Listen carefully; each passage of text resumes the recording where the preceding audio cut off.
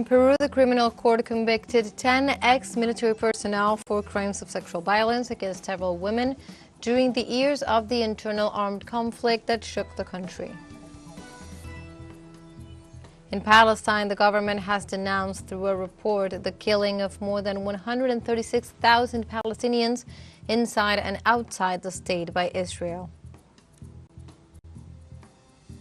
And the 2024 Copa America is set to kick off in the United States with Argentina and Canada facing each other in the opening game.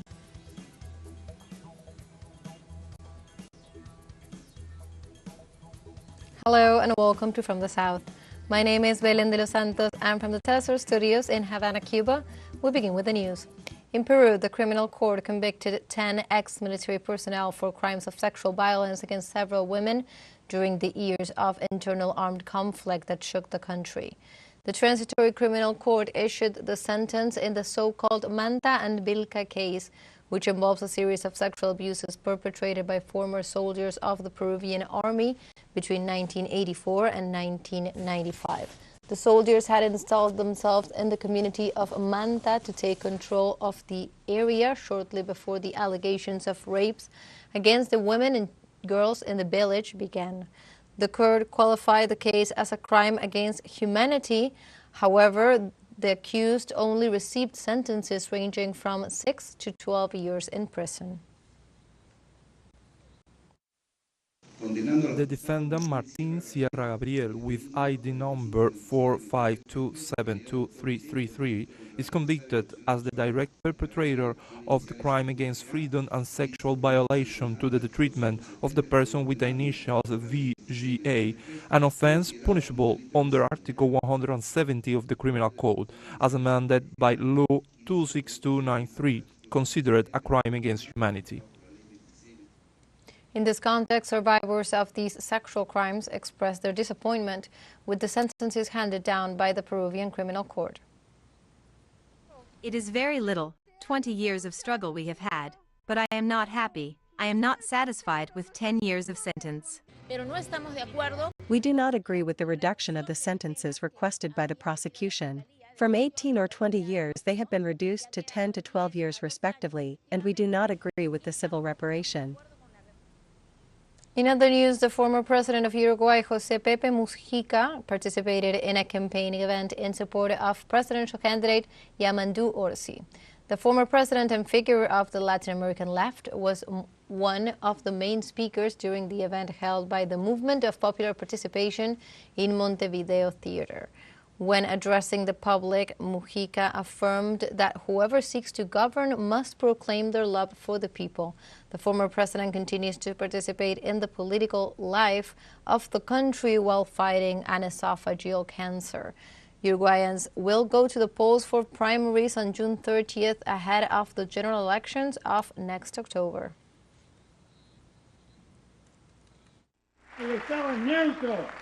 The state is neutral. It is a tool. It depends on our ethics and our commitment. And if we cannot avoid making mistakes, at least we can work in good faith, not for our own convenience, but for the convenience of the people. And those who have no love for their people, they should go work as something else. We go now to Brazil, where the processing of the bill that equates abortion after 22 weeks of gestation with the crime of homicide is paused. The president of the Brazilian Chamber of Deputies, Arthur Lira, declared on Tuesday that the bill won't be processed urgently and announced that the creation of a representative committee to discuss it with the Brazilian society. Last week, Lira included the document in the legislative agenda without prior notice and without specifying its number. Parliamentarians denounced that this work put the bill under analysis in the legislative plenary without having gone through an exhaustive review in commissions, and added that this endangers a legal right won by women and girls in the country, abortion in a case of rape or risk of life.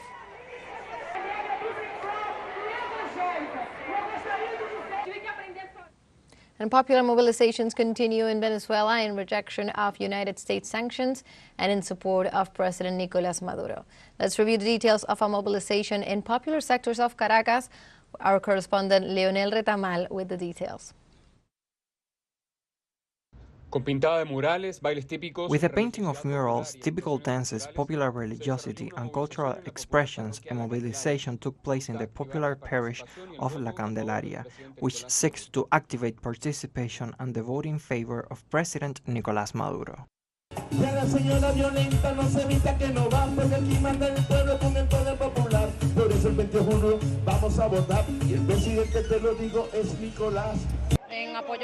In support of President Nicolás Maduro's campaign, as he said, media, social networks, streets and walls, the campaign is being publicized weekly, day by day, painting murals. Our gallo pinto, Nicolás Maduro, who is going to win again this time? Well, here we are in the area of Sarria, a very popular area of Caracas and probably from here. Here, we are going to demonstrate many typical dances and invite everyone to come and participate. The gallo pinto is an expression that has been popularized in phrases, songs and symbols representing the candidate in defiance of imperialism and sanctions. This was a work that was done jointly with the people in charge of culture in the party, plus the cabinet of culture of Candelaria. We all worked together to support our president, and well, what we came up with was to make this rooster and show the world that our roosters are here. All marches are called against U.S. interference and sanctions, one of the main stumbling blocks to public and private development in recent years. We, in all the marches that we have taken part in, we are mainly asking the empire to stop the sanctions and the blockade. Nevertheless, we continue with the sanctions and the blockade and we continue to move forward. We are building with our own bare hands. They have bet on taking away what is ours, and they are using, since they can't use the democratic way, since they can't remove President Nicolás Maduro through democratic means. So, well, they are looking for a way to take away our property. They are blocking us. They are taking everything, but just the same, we the people are restive and we have endured years of sanctions. President Maduro continues his tour across different regions of the country, disseminating the government program, delivering works, and committing to new projects for the next few years of his administration. Leonel Retamal and Marcos da Silva, teleSUR, Caracas, Venezuela. Now let's take a short break, but remember you can join us on TikTok at teleSUR English, where you will find news in different formats, news updates, and more. Other stories coming up, stay with us.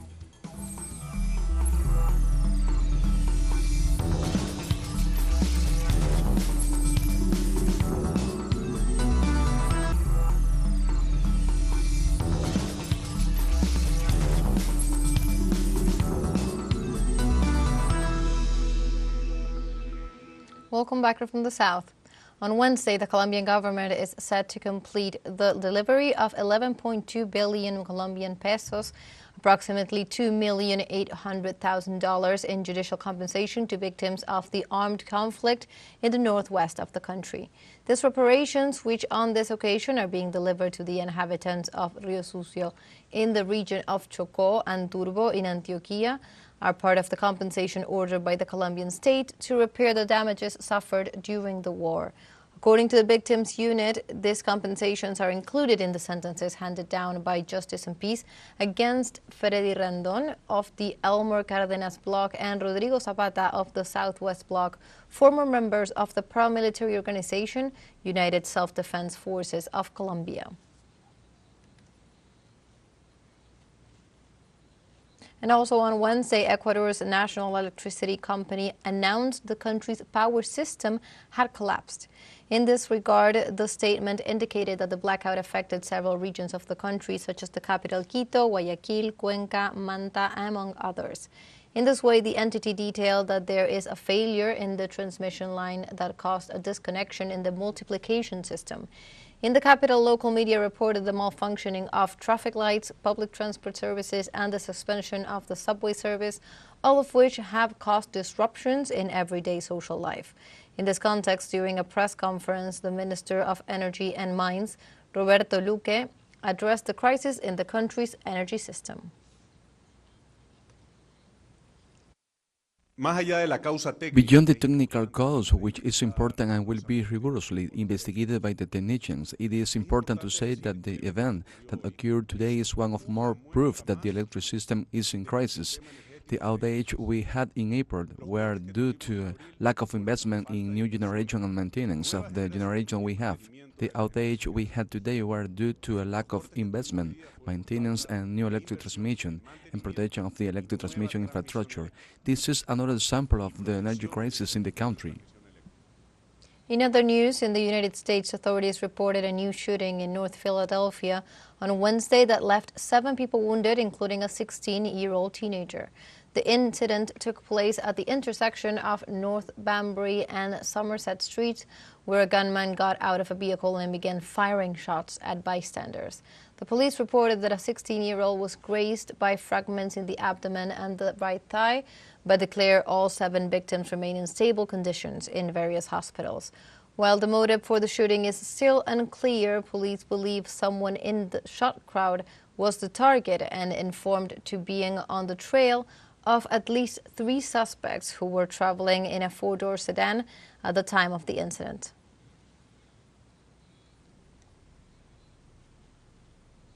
Now let's take a look at updated figures on the scourge published by the Gun Violence Archive organization in the United States. So far in 2024, 231 mass shootings have been reported in the North American country. Among them, at least 11 massacres or mass murders have been reported, that is, events in which more than 4 people have died.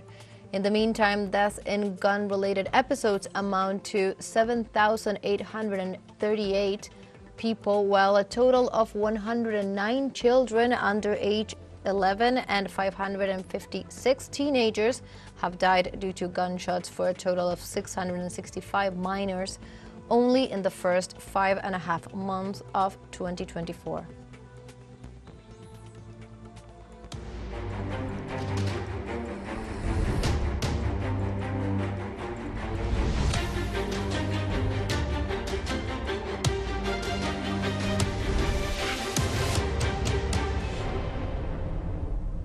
We now move on to other topics. On Thursday, the Palestinian government announced through a report that since 1948, the Israeli occupation army has killed more than 136,000 Palestinians inside and outside the state. In this regard, the Palestinian Central Bureau of Statistics, in context of the World Refugee Day, stressed that crimes of Tel Aviv have increased since October 7th to around 37,500 martyrs. The organization added the number include about 15,000 children, thousands of women, and 147 press workers.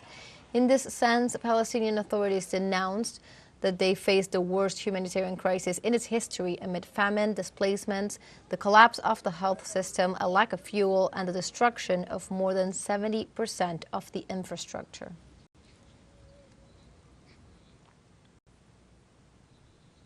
We continue in Palestine as the latest Israeli bombardment on the Gaza Strip killed several people and wounded dozens in the framework of the 258 days after the start of the genocidal aggression. In this regard, medical sources reported 2 women were killed and 12 others were injured when an airstrike hit the house of the Jadala family in the Al-Nusrat refugee camp.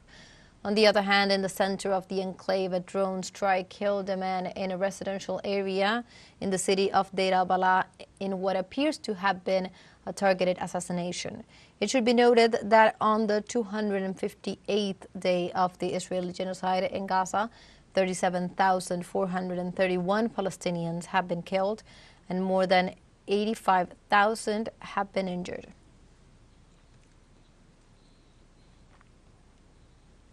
Meanwhile, on Wednesday, the Palestinian Prisoner Society reported that at least 90 civilians, including women and children, were arrested since the beginning of the Muslim holiday of Eid al-Adha last Sunday. The organization said that the number of Palestinians detained since the onset of Israel's relentless aggression after October 7th has reached 9,280, including children and women. The detainees either were detained and taken by the army from their homes or at military checkpoints, or forced under pressure to hand themselves to Israel. These detention campaigns come amidst the comprehensive aggression launched by the occupation against the Palestinian people as a retaliatory measure which falls under the crime of collective punishment.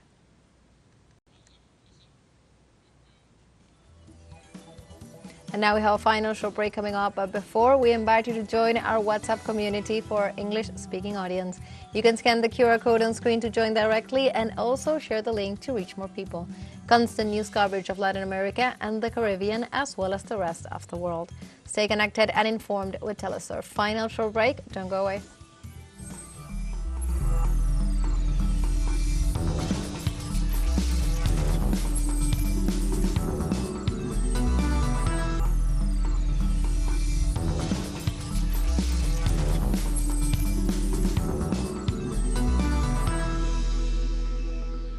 Welcome back from the south. On Thursday, Russian President Vladimir Putin arrived in Hanoi, the capital of Vietnam, as part of an official visit to the Asian country. In this context, Russian leader was received by his Vietnamese counterpart To Lam at the presidential palace, where they discussed issues such as the strengthening of the integrated strategic partnership in trade, economic, scientific, technological, and humanitarian spheres. At the same time, they agreed to intensified cooperation in security and defense matters and agreed not to form coalitions with other countries that could harm the other. This is President Vladimir Putin's fifth visit to Vietnam, where he arrives after a two-day visit to Democratic People's Republic of Korea.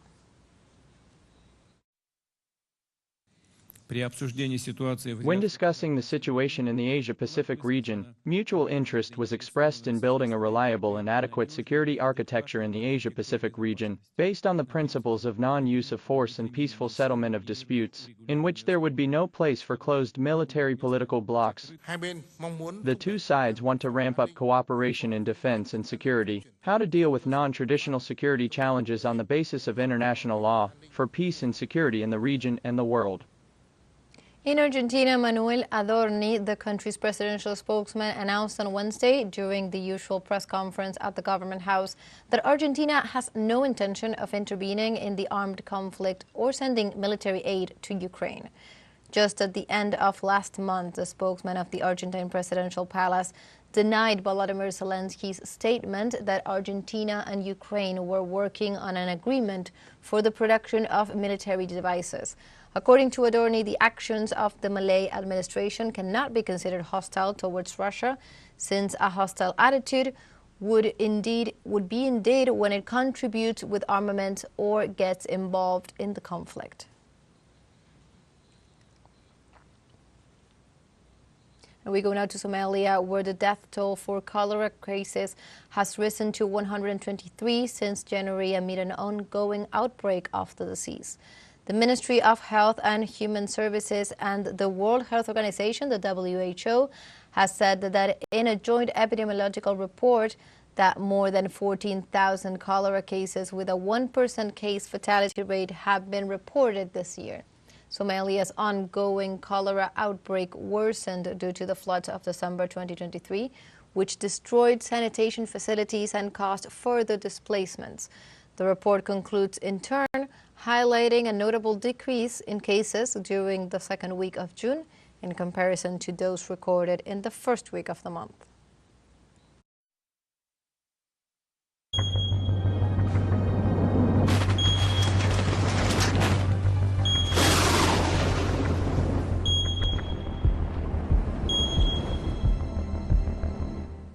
We now move on to other topics. In Saudi Arabia, a heat wave has led to hundreds of deaths during the Hajj pilgrimage. Authorities reported over 500 deaths during the annual Muslim pilgrimage. The relatives of the deceased stated that the deaths were related to the extreme heat, since even though rituals are carried out in the open air, they have to walk considerable distances. In that regard, the Saudi authorities took some safety measures for participants, such as misting and installation of cooling-off stations, medical tents, and hydration points. Likewise, Indian health authorities warned of high temperatures that continue to affect the north and northeast of the country. They registered at least 45 deaths in the region, likely due to high temperatures. In this context, the Ministry of Health established special units in hospitals to guarantee regional stability in the face of the climate event. And meanwhile, in Kenya, heavy rainfalls have been affecting the country since March, causing over 300 deaths so far. The United Nations Office for the Coordination of Humanitarian Affairs confirmed that the floods, overflown rivers and landslides forced the displacement of almost 300,000 people, while another 40 remain missing. The Kenyan government set up over 81 shelters to house some 54,000 affected people by the floods. The authorities indicated that 5,300 schools have also been impacted by rainfalls, of which 140 have suspended their academic activities.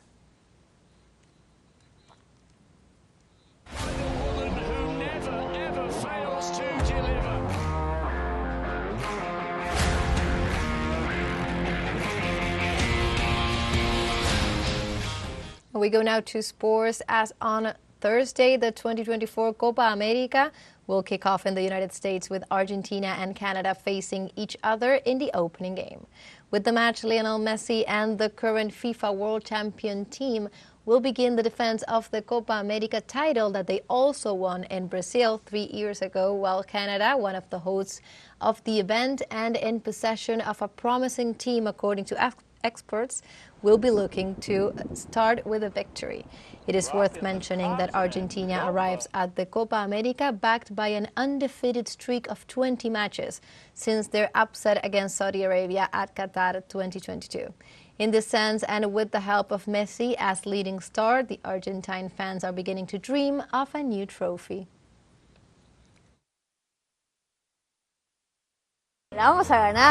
We are going to win it. We have to win it. Our team is great, the players are great, we have a terrific team. We have a lot of faith for this cup. The debut against Canada, it is the best game. It's a tough game because the Canadians are good. They're not bad. Well, we hope to win. Like always, what we want most is to win and be champions in this cup, because we wish to win this cup too. The 2024 edition of Copa America will be played in cities across the U.S. and Canada starting on Thursday until July 14th.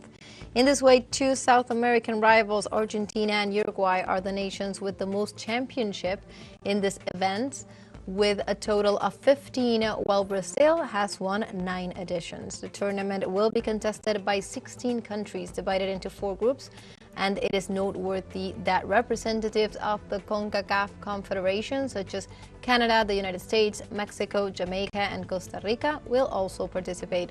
Argentina's Lionel Messi, Brazil's Vinicius Jr., Colombia's Luis Diaz, and Canada's Alphonso Davies, among others, are some of the international stars that will attend the tournament.